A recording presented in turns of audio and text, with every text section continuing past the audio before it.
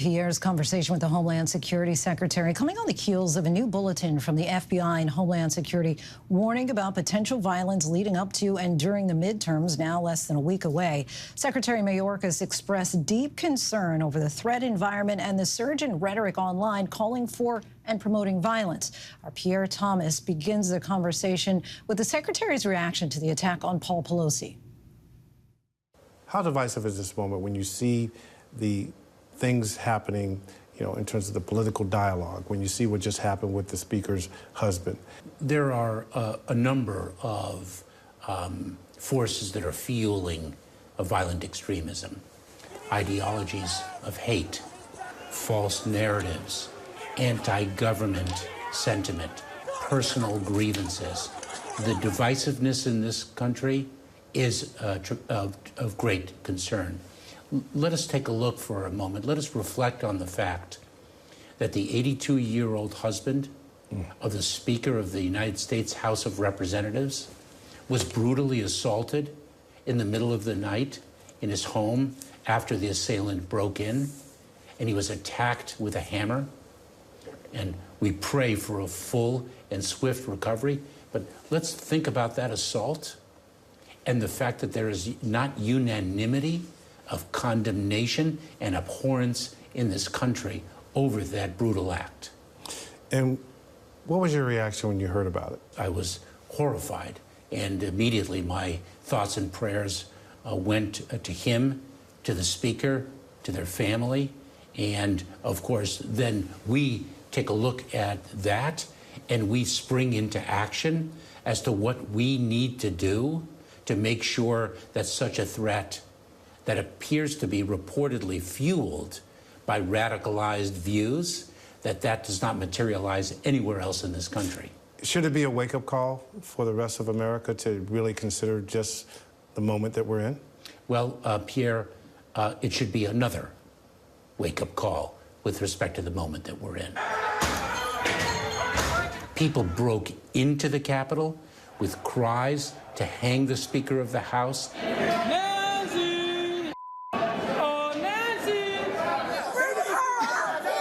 To kill the Vice President of the United States, and there is not unanimous condemnation of that event.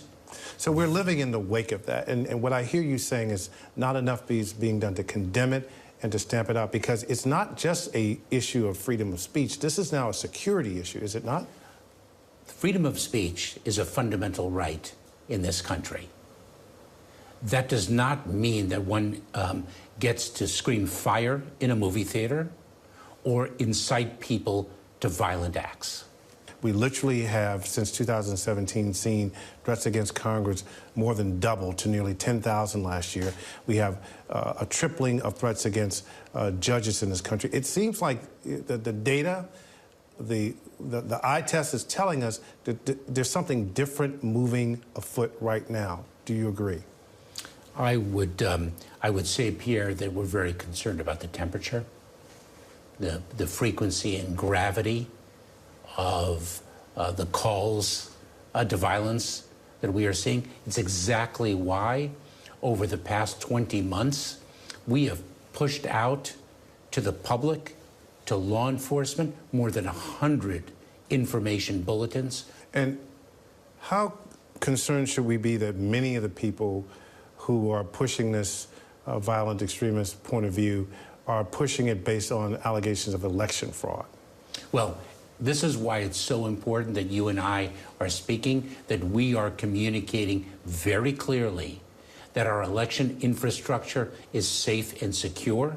People need to have, deserve to have, confidence in the integrity of our election system and the meaning of their vote. 2 years ago, the 2020 election came and went. Yet there's some who continue to push the notion that the President of the United States, Joe Biden, should not be the President of the United States, that it is in fact Donald Trump. Has DHS done enough to neutralize claims of election fraud, or is that your job? Well, it is the responsibility of government, not just the Department of Homeland Security. It is a responsibility of leaders. It is the responsibility of people in positions of trust to communicate accurate information to the American public and disabuse them of falsehoods. And how complicated is it when the former president, who has millions of people following him and who believe him, how complicated is it for you to do your job, to say, no, you can have confidence in the voting system? Pierre, the words of leaders matter a lot, and we need leaders to act responsibly, and it does make our job more difficult, but we do our job. We're a week out from the midterms.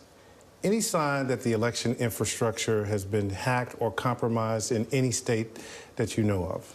No, there isn't, Pierre. It's really important that people come out and exercise their right to vote, and they do so safely, securely, and with confidence that their vote will count. So the American public can be confident that the system is healthy and working as it should? Yes, it can, and we're working very closely with officials around the country to ensure it is so. That's reassuring. Our thanks to Pierre for that. Hi, everyone. George Stephanopoulos here. Thanks for checking out the ABC News YouTube channel. If you'd like to get more videos, show highlights, and watch live event coverage, click on the right over here to subscribe to our channel. And don't forget to download the ABC News app for breaking news alerts. Thanks for watching.